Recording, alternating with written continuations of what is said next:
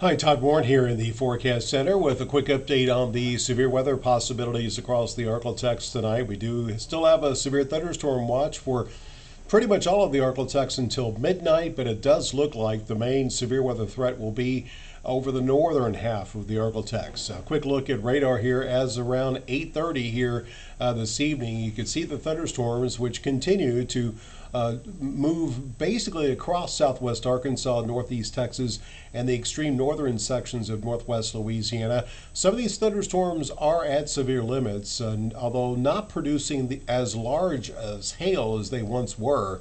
But still, you can see the thunderstorms here as I zoom in, one moving out of the viewing area.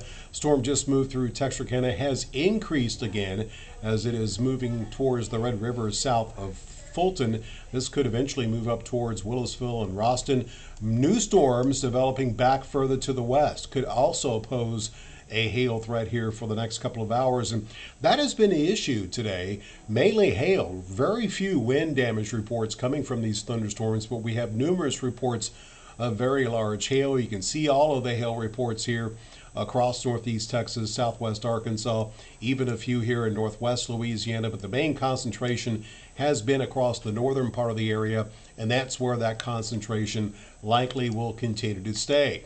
Here's the latest run of the HRRR model as we go through the next 18 hours.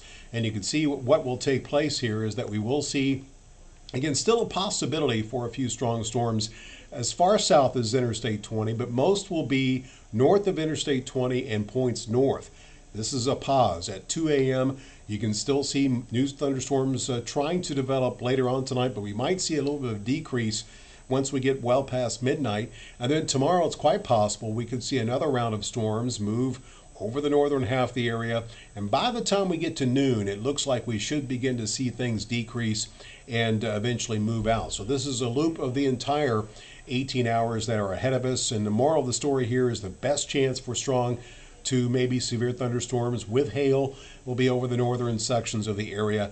That risk of severe weather likely will diminish once we get past midnight, and still a possibility for an isolated severe thunderstorm or two late tonight through the morning hours tomorrow. Another concern could be rain, but the good thing about these thunderstorms is that they are moving relatively quickly, so that should help to limit the rainfall total somewhat. This is the latest run of the HRRR showing amounts of 1 to nearly 3 inches possible in spots, mainly over the northern half of the area. Notice further to the south, nothing really too much more as far as rainfall anticipated across the area. So a look at your forecast for tonight looks like this. We will see the thunderstorms continue. Again, a few severe storms still possible with large hail, especially over the course of the next several hours up until midnight.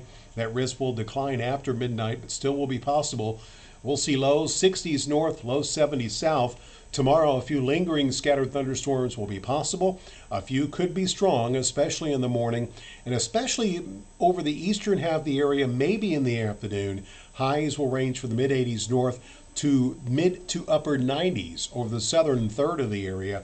10-day forecast shows that all of us will warm up as we head through the rest of the week with upper 90s by Father's Day weekend. Highs close to 100 next week.